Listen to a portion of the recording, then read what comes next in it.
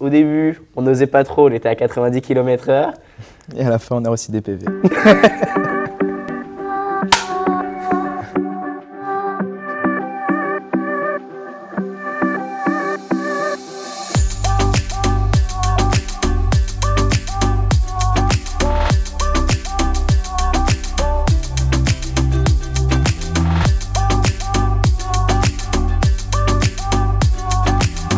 L'idée nous est venue pendant notre échange universitaire. Donc Mathis était à Dublin et j'étais en Finlande et on s'est téléphoné en se disant à la rentrée on doit avoir un projet. On voulait un projet fort en émotion et un projet qui puisse nous impliquer réellement.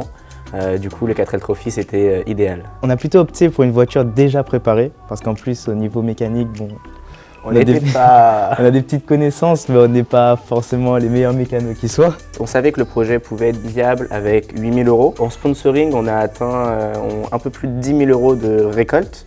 Et d'ailleurs, tant mieux parce qu'on a eu quelques imprévus sur la route, donc il faut toujours avoir un budget imprévu. On a réussi à partir au 4L Trophy avec 10 400 € et revenir avec la voiture et l'équipage en pleine forme.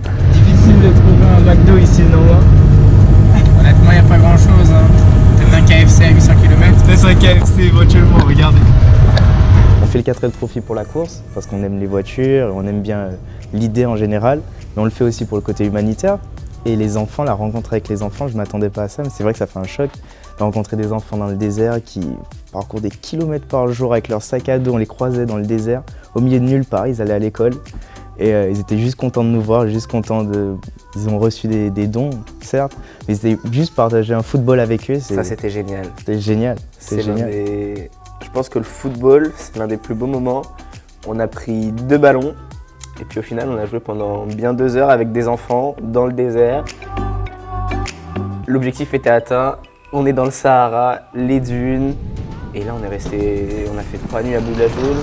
Oui, sur le chemin, on a vu des paysages magnifiques. En allant à Boulajoul, c'était vraiment la partie paysage où on voyait un peu de tout. On a vu de la montagne, on a vu de la neige, on a vu un magnifique lac, on s'est arrêté d'ailleurs. On a vu des singes, on est entré dans une forêt et tout le monde s'arrête, il y a des singes partout. C'était fantastique. Et le lendemain matin, on part pour rejoindre Marrakech.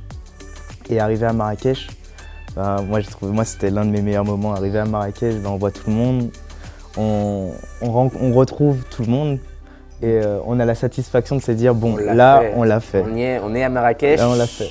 On passe la ligne d'arrivée, on se dit mais oui, c'est mais la musique à fond, il y a la joie qui monte, on sent même plus la fatigue en fait. Et puis surtout, on retrouve de l'hygiène parce qu'arrivé à Marrakech, on peut enfin se doucher. À l'hôtel. Après 4 jours, 5 jours.